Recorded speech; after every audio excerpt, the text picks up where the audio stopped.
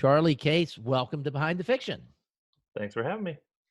We had the opportunity to meet in Las Vegas back in November at the 20 Books Conference. It was great to meet you, and I just saw you all over the place. What did you think of the conference? I love it. It's actually the third conference I went to. I kind of started out in London, and then I've been to two in Vegas. So it's always amazing. It's all about meeting people and talking to great folks like you, and just meeting up with other authors and see what they're doing. Now, why London first? So it's a bit of a story, but basically my wife, at the time, my girlfriend got a job in California, and we lived in Ohio. Uh-huh. And so I decided, screw it, I'm getting out of here. So I sold my house and moved to California with her. And in LA, it's really hard to get a job. And so I could not, for the life of me, find a job because I Uh-huh. just didn't know anyone there. So she told me, she said, I'm making great money. Why don't you've always wanted to write a book. Why don't you write a book? Oh, nice. So I said, all right. So I did. And I just happened to find out about 20 books in November. So it was like 3 days before the Vegas conference, the And first that was one. the first Vegas conference, the That first was one. the very first one. Yeah. Okay. And so I tried to get in, but it was far too late. And, Craig was really nice about it, but he was basically like, sorry, Really? there's no Craig more was space. actually nice about it? Yeah, he was actually nice about it. But he told me that they were going to do something in London, like I think 2 months later or a month Uh-huh. later or something like that. And so at that point, I had not written any books or anything, and I just decided, screw it, I'm gonna go to London. I'm gonna meet these people. They seem to know what they're talking about, and so I did, and it kind of took off from there. So I went to London because I couldn't get into Vegas. All right. So it I just, thought that might be the yeah, answer, but yeah, interesting. Interesting. yeah.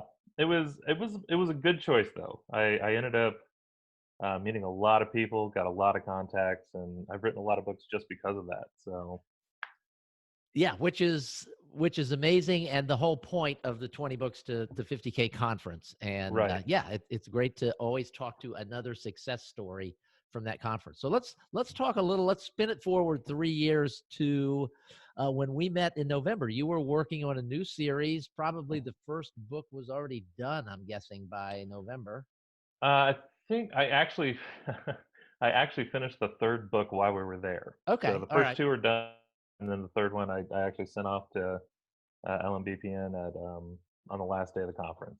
All right. So And the first book, which was released on December 27th, has done unbelievably well. A great launch for the series. The title is Return of the Dwarf King. Can you mhm. tell us just a little bit about the series? So it takes place in a new world called Terra. Martha Carr has already written two series in that.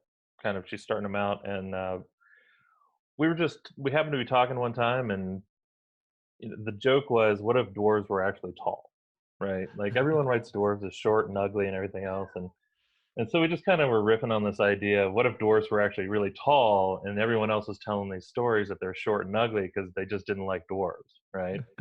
So it kind of spun off from there, and she really wanted to work with me on a series, and I've been wanting to work with her too, and it just kind of meshed really well, and we decided, hey, let's give this a shot. So the idea is there are no dwarves in Terra. He's the only one there, and he kind of shows up, and it's kind of the fish out of water, thing. He expects one thing and finds a completely different world, and so it's kind of the story of a guy who thinks he knows what's going on but doesn't know what's going on, and so it's kind of him tripping through life kind of thing, and he has plenty of adventures along the way. And this is Finnegan, This is AKA Finnegan, yeah, Finn. yeah, yeah, and he's got a little partner who's a fairy dragon. She's very snarky, and it's kind of interesting because I decided to go with the fact that only he can understand her. So she says terrible things about people right in front of them, and he's the only one who knows it. So it's a lot about his reaction and things like that. But and the idea was, he's a fighter. He's strong and he's loyal and he's tough. And so Penny has to be the brains. Penny's the dragon, and Uh-huh. so she's kind of the brains of the operation, which I think makes for a pretty it's kind of that classic Laurel and Hardy, feeling Uh-huh. where she's a bit of the straight man, always kind of getting him to go, or I guess he would be the straight man, and she's always kind of getting him in trouble just with her ideas. So it was just a fun idea, and I think it works really really well. And the dragon is, I mean, the dwarf is huge. I see your Yeah, sidekick is yeah. joining us. So what's the cat's name? That particular cat? That cat is Orion. So he has Orion? Orion. Yeah, he Okay. has two sisters, Borealis and Aurora. So Okay. Aurora So Borealis a and little bit of a Orion. theme going there. Yeah. So anyway, we've got a large dwarf, a huge dwarf, and hmm the dragon is small, right? Yeah, the dragon's very small, only maybe a foot and a half long, and she's uh, so he tells everybody that she's tells everybody she's just some exotic lizard that he found from darkest Peru, kind of thing, playing on the Paddington Bear idea. Uh-huh. So, but yeah, so he kind of takes her around. He's made a little vest for her that's a little service animal vest, so he can take her into bars and things like that, and it's pretty good. So. And so let's talk through, because I'm always curious how these ideas come up. I mean, you kind of glossed over it. Well, we kind of had this idea and that idea. What was it actually like to just sit down, and when you were coming up with the ideas for the story, what came first? The world was obviously already in place. Yeah, So was it a story idea or characters that were going to drive whatever it was you came up with as a story idea? it was definitely the characters. I could say that these characters themselves could probably exist in any world, but they work especially well in this world that she created with Terra Navas, because it was still so new and fresh. We Hmm. hadn't really laid out a lot of lines as to what's here, what exists, things like that. And so it really helped to make him the only one, because it really lets people play on the stereotype of a dwarf. Uh-huh. So uh, I, one of the first lines in the book is he lands on Earth, and some guy in the back hills picks him up. He's walking on the side of the road. He picks him up, and he says something about him being a dwarf, and the guy's like, "Man, you can't say that. I think they like to call little people." He's just like, "What are you talking about?" And so it really works well as the only character there, but it's definitely character driven. The idea of the characters was far before we decided to put them in this world. Okay. Um, so yeah, and it just came about from sitting down in her kitchen. I just happened to be in Austin for a wedding, and so I was staying at her house, and um, so just one night we just started talking. What if this happened? What would this be like? And we just started ripping back and forth for a couple hours, and pretty soon we've got Finn, we've got Penny, and a couple other characters, and it just kind of all fell together. Very cool. So how many, when you and Martha were discussing this around the kitchen table in Austin, how many other books had you written by that time? Let's see, two, three, four, six or seven that I Okay. had out. Mostly Um, sci-fi, right? yeah, pretty much. My first series is science fantasy, so Okay. it's magic in space. So magic has always kind of been a part of my thing. Uh-huh. And then I've written a couple of the books with Justin Sloan Okay. that are superhero, but they're also science fiction. So it's futuristic superhero kind of stuff.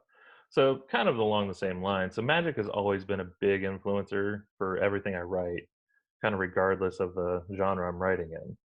So urban fantasy honestly just seemed like the next best step. It was, yeah. I mean, even my science fantasy, when I look back, it really was urban fantasy. It just happened to be on a spaceship Uh-huh. kind of thing. So yeah, I mean, but at that, sorry. She's not camera shy. Yeah, yeah. But yeah, it's most of my books were in the sci-fi bend, I guess. When you started writing, did you have a real sense of genre and how tightly contained some of these genres can be? Um, not not to the degree that they are. I mean, most writers have always been readers. I've been an avid reader my entire life. Hmm. I usually before I started writing, I would read 3, maybe 4 books a week. Hmm. And so I was kind of all over the place. And you can find these small genres, like space fantasy and stuff like that from way back. Technically Star Wars is space fantasy. It's wizards in space, right? So Hmm. it's not a new concept by any means, but I am starting to find when I really got into the space fantasy, I realized how much of a niche it was. Um, there, yeah, the niches I'm finding are narrowing and narrowing and narrowing, and people just want to read that. And so it becomes difficult when you're just kind of freelance, Hmm. freeform out there. I was like, I like magic, I like space, let's do this thing. And like, it didn't, it doesn't really fall into a really hard genre at this point. It's kind of epic fantasy, it's kind of space opera, but it's also a little military. Like, so yeah, I think finding genre nowadays is a lot harder than it used to be. Where if I had written this in the '70s, we just Hmm. call it sci-fi and be done with it. Right. And now you have to kind of cater to these tight genres that have started popping up everywhere. Do you feel like this is your first foray into urban fantasy, right? Yeah, Do you feel like this is something that you're going to want to continue in, or are you going to expand and try different things? yeah, I'm definitely going to continue in this. I really, when I started writing urban fantasy, it clicked with me really, really well. Um, I really like science fiction. I really like the math of science fiction and the physics. And Hmm. I went to school to be a mechanical engineer. So, like, when it comes to the physics of it, I love it. And so that's a little difficult for me to give up. But I think the way I tell stories fits urban fantasy much Mm-hmm. better than anything else. So, when I wrote the first Finn book, I flew through that thing. I mean, it was so easy and it just came right out. Um, so yeah, I think I'm definitely going to stick with urban fantasy, but at the same time, I still want to do a project here and there that might be sci-fi or space fantasy. So the second book came out on January 2nd, 2020. That's Hunt for the Dwarf King. Third Mhm. book, you said you had finished in November, so that's coming out pretty soon. I should have looked at the calendar. I would guess Yeah, it's in a week or so. yeah, I think it comes out on the 22nd. Okay. All right. So a couple weeks yet, and you're working on book 4 now. Hmm. Yeah, so book 4 will be done very soon, and I think that comes out next month, like on the 13th or something like that. Now, So. when you were writing with Justin or writing on your own, Mhm. is there anything different about or writing in the LMBPN world than what you were used to doing before? Yes, there is a lot more information with now that I'm writing with LMBPN and Martha and uh, this. It's when I was writing with Justin, it was more of a here's an idea, let's go with it. Hmm. And so details were kind of amorphous a little bit, and we just kind of did what I wanted, and we kind of got it. We got to it eventually. Where here, writing with LMBPN with Martha, I have access, to people that have you know the answers I need. You know, Hmm. So writing in a big world is difficult because you don't always know, well, did somebody already talk about this? Like, am I stepping on someone's toes? Like, is this a rule that I'm breaking? And writing with LMBPN, I can actually, you know, get on the Slack channel and say, hey, what happens when this happens? Hmm. And somebody knows the answer. There's somebody that's read all the books and they know the answer, and so it's kind of like having a little story Bible, but it's with auto lookup almost. So it's pretty nice. That's well put. That's are you enjoying like being part of the LMBPN community? And that's sort of a leading question, but the whole idea of the Slack group and there are all these people in there, and so many people who have been writing on their own, it can be a solitary thing. And then all of a sudden you're thrown in with this big group of people that are a lot like you. Right. Yeah, it's um absolutely. I mean, writing is a solitary art. It's my uncle's been writing for years and years, and he's just one of those guys that sits by himself and does it in the basement. And Uh-huh. he says, I never write alone. I've always got all my characters with me. And that's true.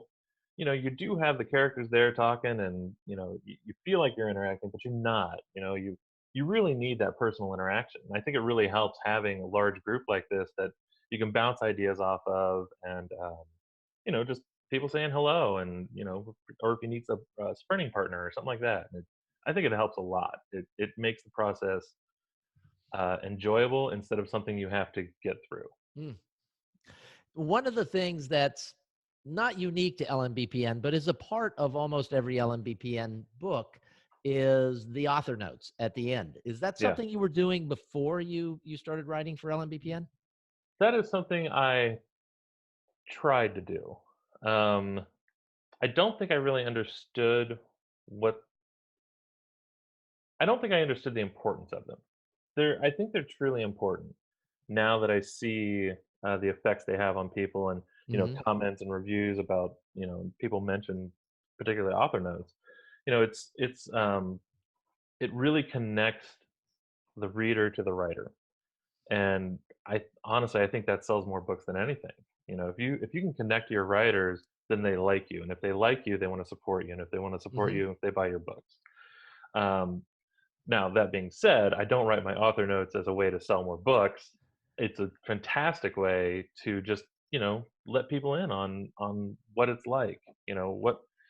What did you struggle with this book, or things like that. And I think it's a fantastic tool that LMBPN implements very, very well. And it's fascinating to me because I read every set of author notes for every book, and the way different people approach it differently. Martha has a very unique, very open, this is what's going on in my Mhm. life, no matter what it is. uh, Right, kind of appeal or approach with her author notes. Michael's tend to be kind of funny and sort of reporting on what's happening, but every so often, some nitty gritty. And in the early days, he talked a lot about the business of writing the early books that he was doing and how they were doing. right. What's your approach for author notes? Um, I don't know yet. I mean, I've really only written for the first three Finn books what I consider actual author notes. Hmm. Um, so far, I just kind of start typing, and whatever comes comes, kind of Uh-huh. thing. It's usually something that happened while I was writing that really impacted me. Um, I tend to want um, I tend to be very calm in my life, and I so could sense that about you. uh, well, that calmness plays out in interesting ways with people. Sometimes you get into an argument with someone, and that me just staying calm, just the argument just fizzles out, and Uh-huh. it's kind of a nice thing. And so I tend to get interesting views, I think, on personal interactions with people. So I tend to write about things like that. Okay. I want people to feel better about themselves. It's a hard world. We don't need to be rough and tumble all the time. Sometimes you just got to accept that things are the way they are, and it's okay. I like So, that. yeah. So we started this story out with you saying 3 years ago you guys moved to LA, Hmm. and your wife had this job. You weren't able to find the job you wanted in LA, and you were going to decide. She said it's okay. Go ahead and try and write these books. So Yeah. fast forward 3 years later, you've got sounds like double digits books under your belt Uh, now. I think, yeah, I think Finn might be the second Finn might be the 10th book. Okay. And so are you still living in LA? No, we actually got out of there, which is fantastic. Nothing against well, I understand why people like LA. I personally hate the place. I can't. It's just too many people, and yes, you can go do all these things, but you can only do one thing. It takes 6 hours to get anywhere, and it's expensive, and Hmm. it's just not my scene. My wife's either, and so a job opened up in Boise, and so we grabbed onto it, and we moved here. She loves the job. We bought a house. It's a fantastic place to live. So Yeah. we're down here And in Boise, Idaho. I have friends that live in Boise. Cost of living is pretty reasonable there. Yeah, There are a lot of things to do there as well. yeah, It's just more outdoorsy type things. yeah, yeah. If I want to go skiing, 45 minutes away is a ski resort. So it's So 3 years fantastic. later, is your wife happy that she decided to encourage you to write? Oh yeah, absolutely. I was I was pretty miserable. So now that now that I'm actually writing and oh my goodness, this cat. Yeah, now that I'm actually writing and having a good time, every day is great. Uh, I think it's really helped her just because when you're in a bad mood, that transfers, and Hmm. when you can't find a job, it puts you in a bad mood, and so yeah, she's very happy. I mean, the money's not bad, so that helps, and then but the fact that I'm home and I can take care of everything, and I love to cook, so I always cook dinner, and it's Big pretty nice. bonus. Yeah, big Yeah, bonus yeah. there. She Yeah. gets a lot out of this too. Well, Charlie, what's the best place for people to, where's the best place for people to track you down online? Probably just Facebook, honestly, is my the big one. You can go to the Terranavas webpage or fan group Hmm. or their author page. I'm always on there. And then I have my personal one, just charlescaseauthor.com. Um, but yeah, that's probably the best place to find me, honestly, or on Amazon, things like that. So That really is the best place to find you is on Amazon. yeah, it really is. Yeah. Well, Charlie, congratulations on all the success with this new series. It Well, thank is you. phenomenal. I checked the first book today. Still has that little orange sticker next to it, which is Yeah, fantastic. For yeah. those of you who don't know, that denotes a bestseller. And we're all really happy for you, and can't wait to see what you are going to do next. Yeah, I can't wait to see what happens next too. All right, I'm thanks for always being here. excited for it. Thank you.